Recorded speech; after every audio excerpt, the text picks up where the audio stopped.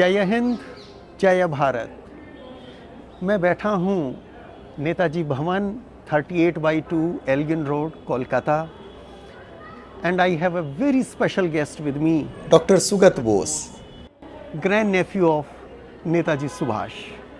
I have this honor, this privilege to talk to sir, to know about Netaji. He has authored marvelous book, His Majesty's Opponent, and many more, a scholar in himself. Sir, I'm welcoming you at your place. Jai Hind. We are sitting at a very sacred place. Very sacred. And just behind us, you can see Netaji's bedroom. It had actually been his father, Janakinath Bose's bedroom until 1934. Right. His father passed away that year in December. And Subhash Chandra Bose had come from Europe, having heard that his father was critically ill. He arrived too late. He was here for his father's Shraddha ceremony. My father, Shishir Kumar Bose, took a beautiful photograph of his uncle at that time, which you can see upstairs in the Netaji Museum. Netaji is looking Buddha-like. Now, but after he returned from his European exile, finally, in 1936, he had been put into prison. And it was only in late March of 1937 that he was released. And he, came to this house. The most important historic event that took place here was, of course, what we call the Mahanishkraman, the Great Escape. The Great Escape. Of January of 1941. Netaji was brought here to 38/2 Elgin Road in an ambulance on a stretcher after he had been on hunger strike in prison. Yes, in prison. And just a few days. Which jail he was, sir, at that time? In which jail was Netaji? He was in Presidency Jail, in Kolkata. But he wanted to go out and form an army of liberation. So he called my father, Mera Pitaji ko bulaya, Shishir Kumar Bose. He was just a medical student, 20-year-old at that time. It was a Sunday, 8th of December of 1940, and he asked my father to sit on the bed next to him on his right. I have written in my book that you mentioned, His Majesty's Opponent. There were at least 14 intelligence agents. Even within the house? Within the house, trying to figure out what kind of soup he's having for dinner and so on, but they weren't able to find out what he was really planning. So he asked my father in Bangla, আমার একটা কাজ করতে পারবে? So what was that kaj or kaam? It was to help him plan and then execute the escape from this house. So they planned for nearly a month and a half, and then on the night of the 16th and 17th of January of 1941, at about 1:35 a.m. at night, they came out of that bedroom, walked down the whole length of this corridor that you can see, and my father had parked his car, the Wanderer, near the rear staircase of the house. That is in the driveway, and there are lots of people coming even today to see the car. And so my father drove him out in the most natural, fashion. Of course, Netaji was in disguise as Muhammad Ziauddin, a North Indian Muslim insurance agent. And my father and Mia Akbar Shah of Peshawar had together done the shopping for the disguise in December of that year. So my father drove all night and they reached a place called Barari near Dhanbad the next day. And Netaji had to be kept hidden during the day. Your uncle was living there? He was living there, Ashok. They kept him hidden in my uncle's house during the day. Yes. And then after night fell again, my father picked him up, Muhammad Ziauddin, from the road near the house. And they went all the way to Gomo station. So they both went separately in the house. Netaji He had left the car before reaching Ashokji's house. Before reaching. And then my father went and explained to his brother what was happening. Yes, yes. And then when Netaji came, he was introduced as Muhammad Ziauddin in front of the domestic staff and so on. And then even your aunt couldn't recognize that time. Yes, so they were. They felt that during the day he should be asked to rest, and then they went off at night. So it was a very dramatic escape, and of course, very courageous as Netaji had to travel by himself from Gomo to Delhi on the Delhi Kalka mail, and then from Delhi to Peshawar by the frontier mail. Right. Then he kept the name Muhammad Ziauddin, but had to turn himself into a deaf and mute Pathan because he couldn't speak Pashto. He could speak Hindi and Urdu, and from there he hitchhiked to Kabul, and then of course we know the story how he then took another disguise as Orlando Mazzotta, an Italian diplomat, and reached Europe. And finally, of course, from there he had another adventure, the great submarine voyage, of which we have wonderful photographs in the museum. 90 days of traveling under the sea to come to Southeast Asia to raise the Azad Hind Forge. Yes, sir. And when he left that German submarine and took the Japanese submarine, even that photograph is there. He is in that small donghy. He's in a little rubber dinghy. Rubber dinghy. Because it was rough seas off the coast of Madagascar in the Indian Ocean, and the two submarines had come side by side. And at first they were having difficulty, but then they felt that they couldn't stay on the surface for very long. So even in the rough seas, they put this rubber little boat, and Netaji and his only Indian companion Abid Hassan got into this raft, and they moved from the German to the Japanese submarine. In fact, historian Ranajit Guha, who I was showing him around the Netaji Museum, and he stood before that photograph and said after a little while, this was India's fate hanging in the balance. Yes, very true, very true.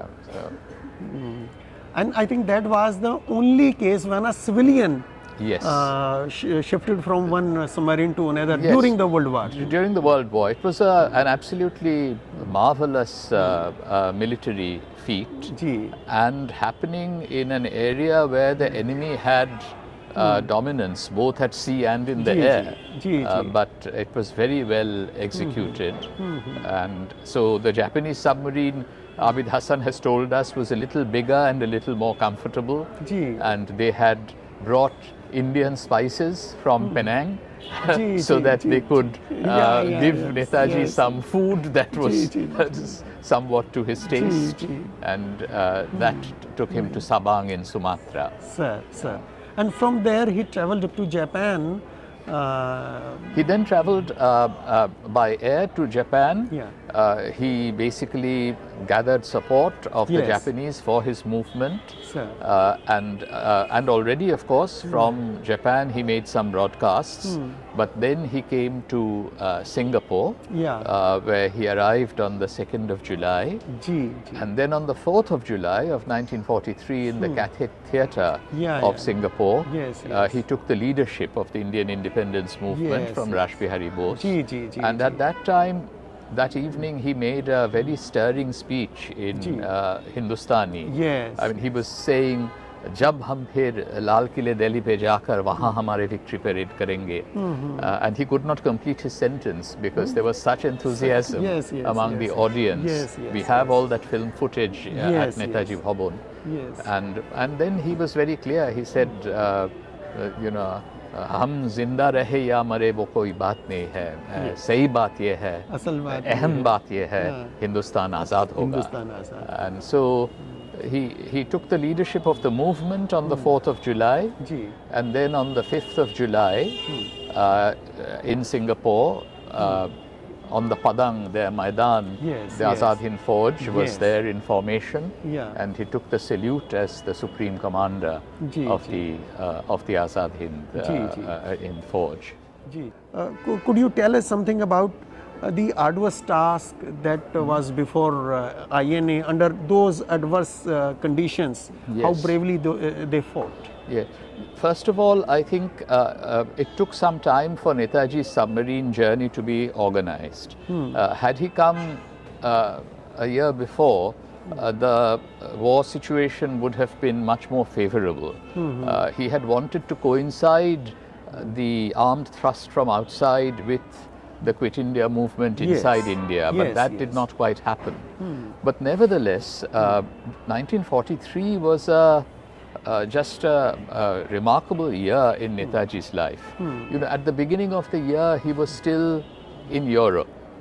And he was there on 26th January, which was Yes. then Independence Day, Yes. speaking in German. Ji, ji. That was his last public appearance. Then for 90 days he traveled by submarine. On the 5th of July, he announced that it was the proudest day of life. India's Army of Liberation had come Ji. into being. Ji. And then he electrified all Indians across Southeast and East Ji, ji. Asia Ji, ji. with his speeches. So there were, of course, the professional soldiers Yes, sir. who joined, Ji. but there was a very large civilian base of support because there had been large numbers of Indians who had Yes, migrated. yes, So yes. they all joined and began to support him.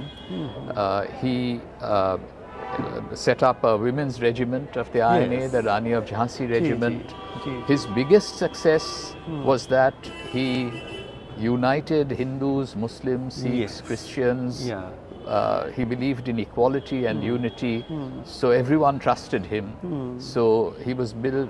He Food was was able to- cooked in a single kitchen. in the single mess. We Single mess. have these photographs of Yeah. all of these soldiers belonging to different religious faiths, belonging to different parts of India, Ji, ji, all ji. sitting together and dining together before going out to shed their blood together in the war for India's Ji, ji. independence. Ji, ji. So then on the 21st of October 1943, he proclaimed the Azad Hind government. Ji.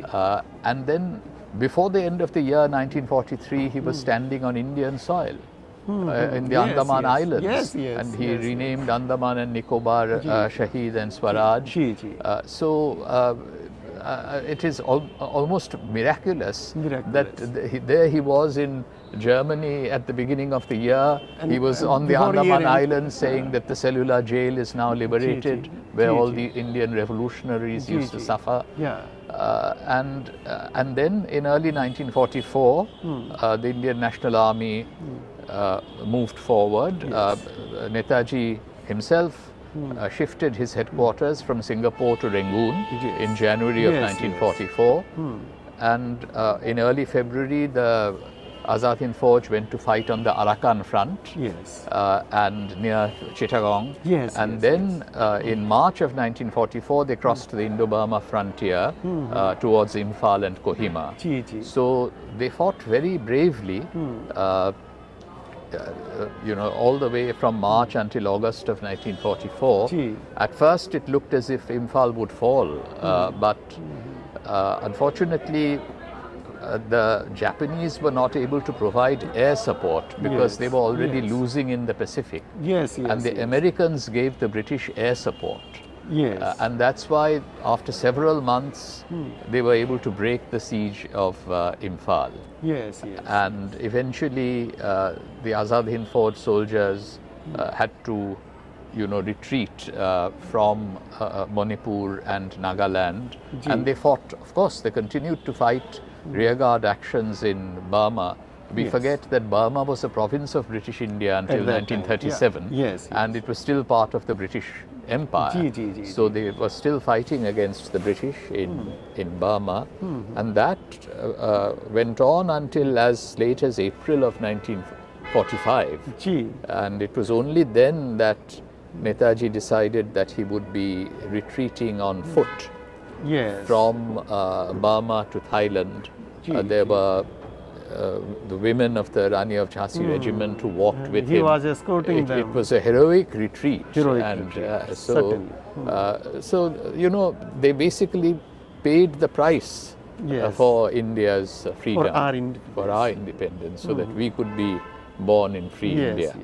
Controversy for last few years that is being created, and the information or misinformation that is being spread.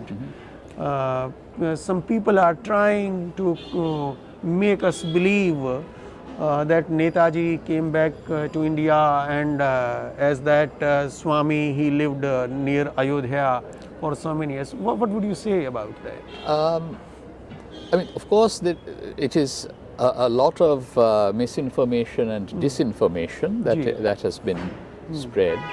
And you know, one can understand that there was a mass psychological phenomenon after independence that, you know, people wanted Netaji to return and solve all of the problems of the subcontinent.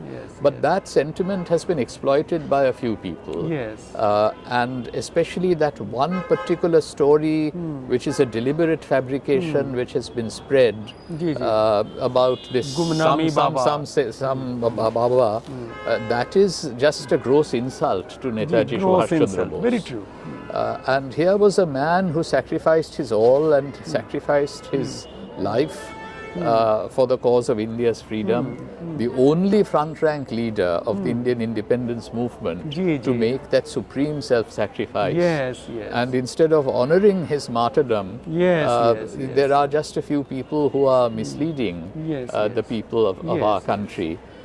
What we do is here at Netaji Bhawan is to focus on Netaji's life and work. And that is because we believe that the younger generation now can still learn a great deal from Netaji's book of life. There is nothing that they can take from a meaningless controversy over his death. So let us focus on his life and work, his ideas and ideals. And that is what can take our country forward. What I can see in the country today is that for the new generation, there is really only Netaji Subhas Chandra Bose who can inspire them to a life of you know, service for their fellow human beings, for their fellow citizens, and so on. And Netaji, of course, succeeded in his own mission, because despite the military retreat that I spoke of, he won a huge political victory when the British put the INA officers on trial at the Red Fort. And the whole country rose in support of Netaji's soldiers.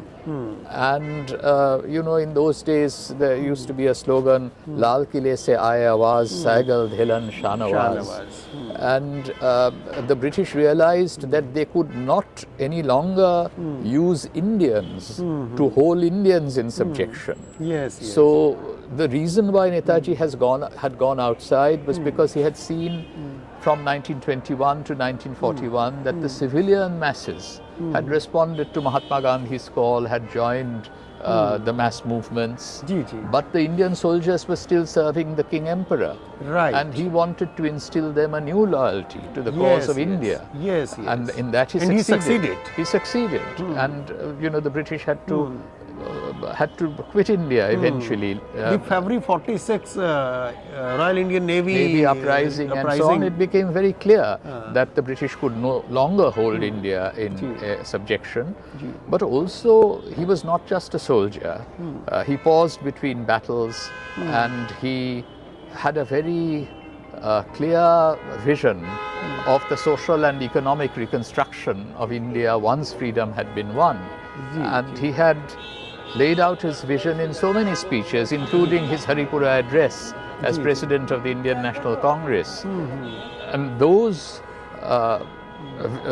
ideas are still relevant today. So the young people in this country should all also think about the dreams that he had and try to fulfill them in today's India. Very true. Sir, when your grandfather, Sharat Chandra Bose, when he first came to know about Netaji's wife, and daughter. Yes. You tell us something about it, how it all happened. We read that Emilie ji, she wrote a couple of letters which couldn't reach Sharat ji, and finally how he came to know about it. And when he went, I think your father also accompanied him, and Yes. two of your aunts were also there. Yes. Besides your grandparents. Yes. So how was that family reunion? Yes, share something. that was a beautiful family reunion. You know, when the terrible news came of Netaji's mortal end in the air crash, Yes. my grandfather Sharat Bose was a prisoner Yeah. in South India, in Kunur. My father was a prisoner in Lalpur in Punjab, Yes. you know, after he had been in solitary confinement in the ji. Red Fort and Ji, Lahore ji. Fort. Ji, ji. And then eventually, you know, they were released. Now, Netaji had left a letter in Bengali for his Mejdada, for Sharat Bose, Ji, ji. just before getting on the submarine, Yes, saying that he's again embarking on the path of danger. That but this- letter is displayed That's over here. displayed, Yeah. but this time towards home, and basically saying that if something happened to him, you know, please look after my Yeah, wife yeah. and daughter, who was Yes, only yes. 2 months old at Ji, that ji. time. So eventually that Bengali letter reached Sharat Bose's hands. And so my grandfather Sharat Bose and my grandmother and my father and two of my aunts, they were all traveled to Europe. Yes, yes. And then they had this reunion in Vienna in November of 1948. Ji, There is a beautiful picture of my aunt Anita sitting on my father's lap. Yes, yes. And so my grandmother took out all of her jewelry and put them on Netaji's wife, our grandaunt Emilie. Yes. So that was a beautiful reunion that took place in 1948.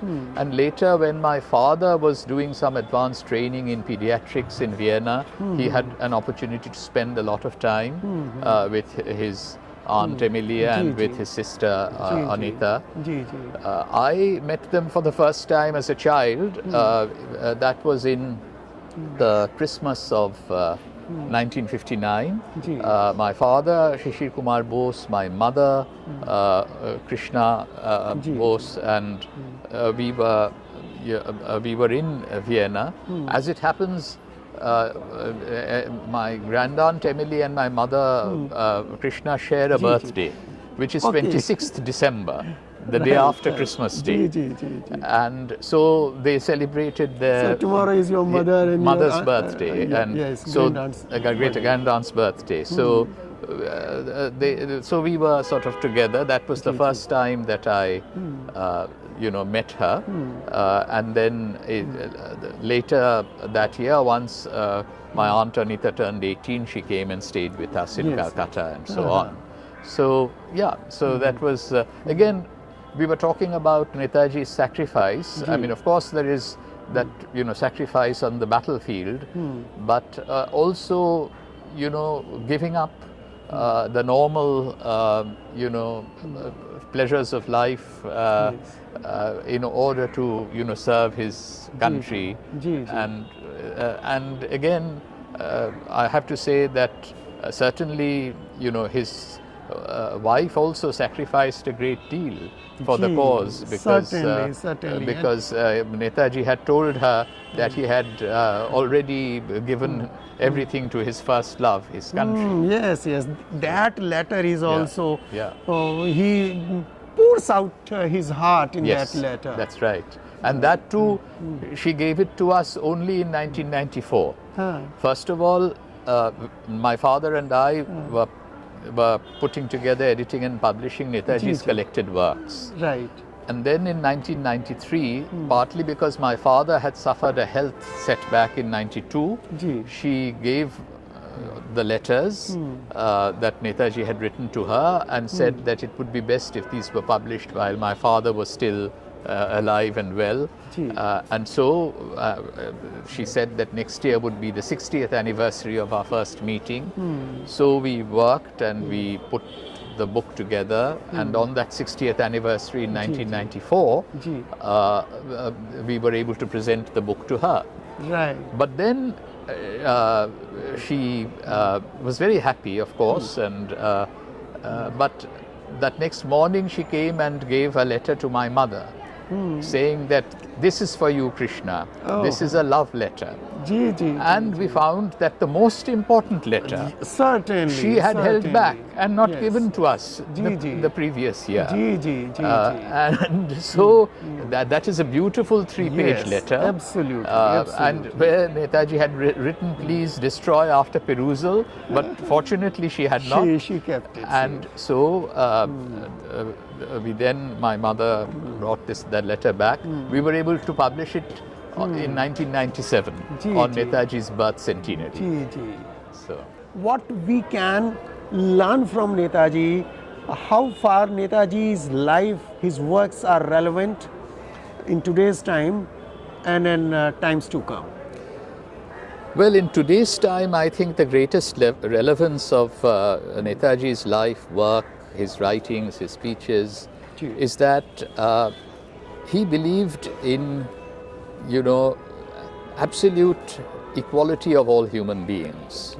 For him, everyone was equal in his eyes. Hindu and Muslim, Sikh and Christian, Punjabi and Tamil,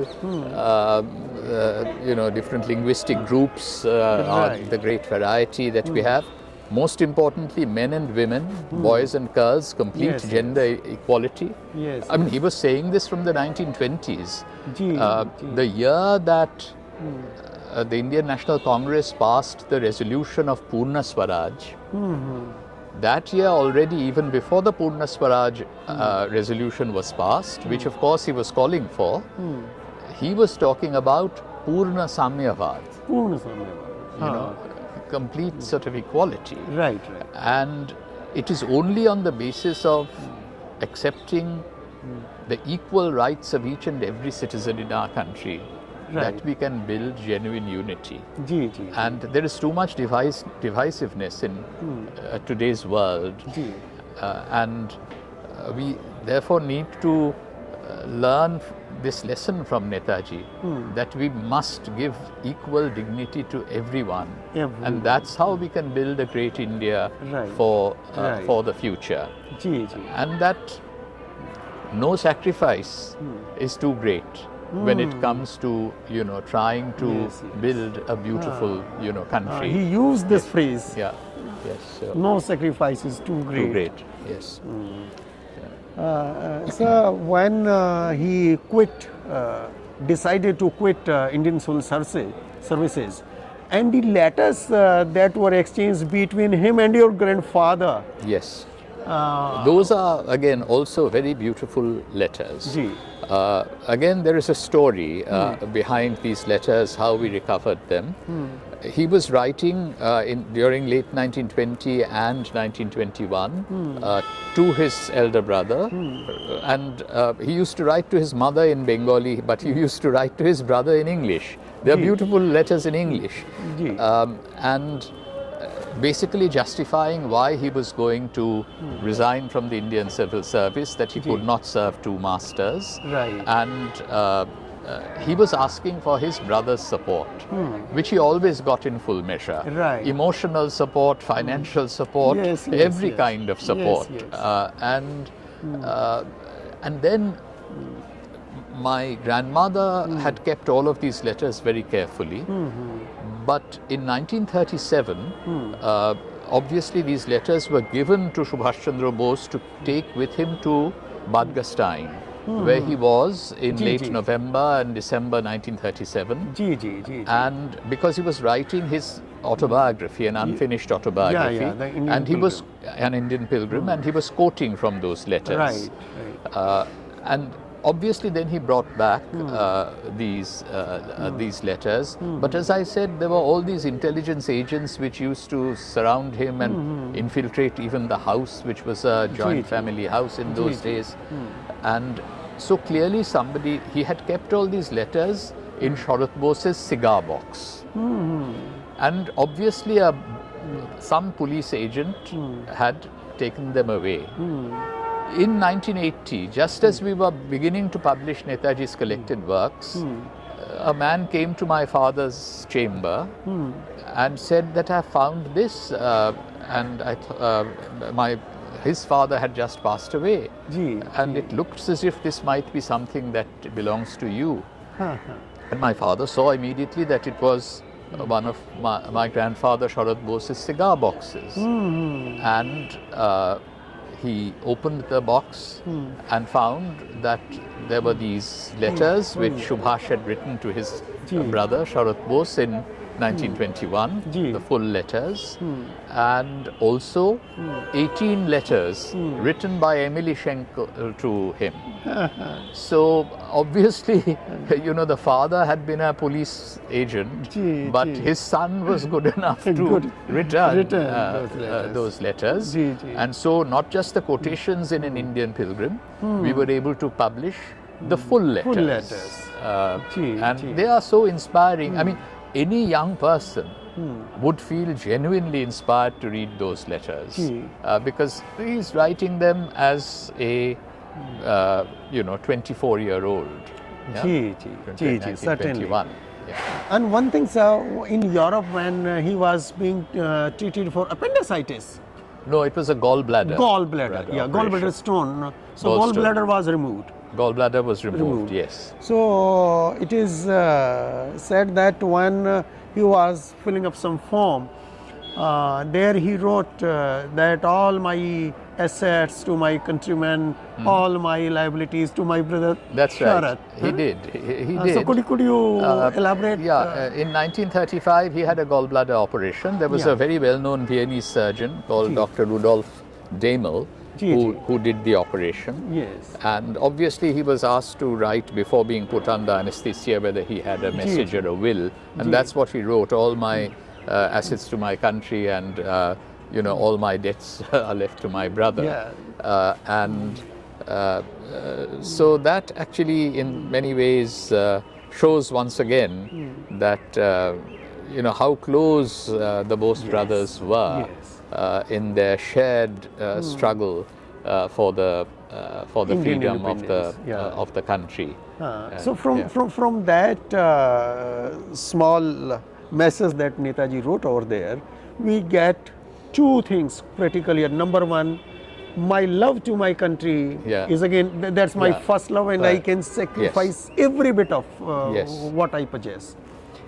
And the one who I can look for is my elder brother Sharad.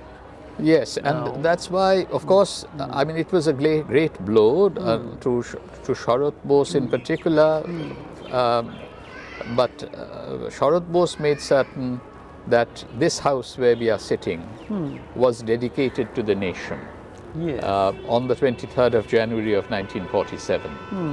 And so it became a place of national pilgrimage from that time onwards, no longer just a family home. Yes. And then, of course, it is also rather sad that Sharad Bose passed away in February of 1950, having just won a major by-election victory in 1949.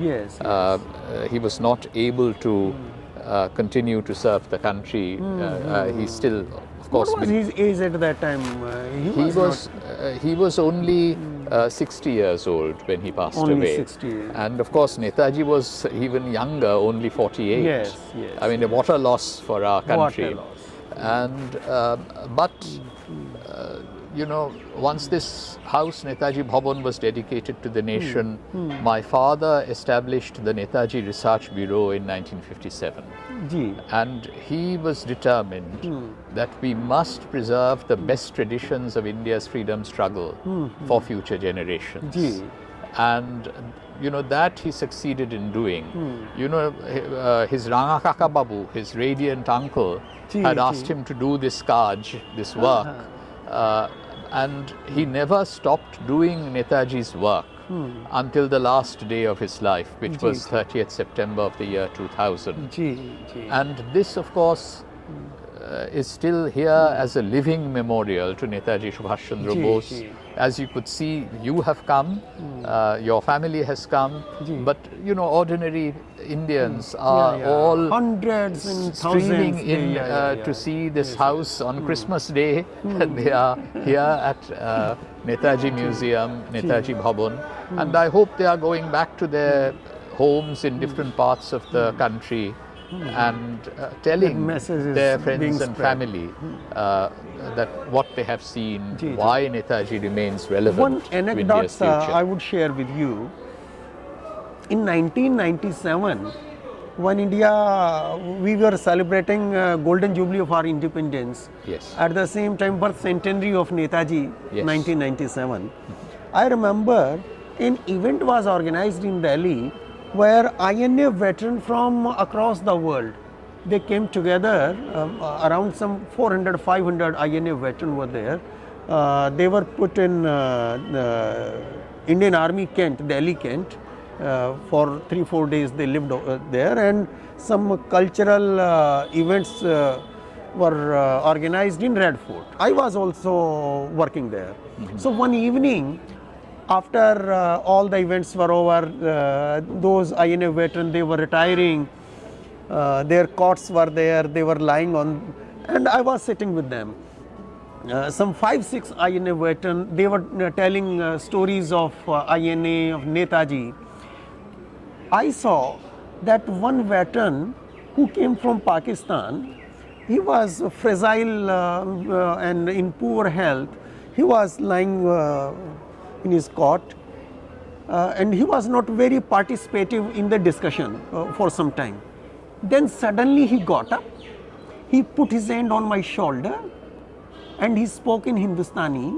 He said to me, "Are beta sun." And he started crying when he was saying this.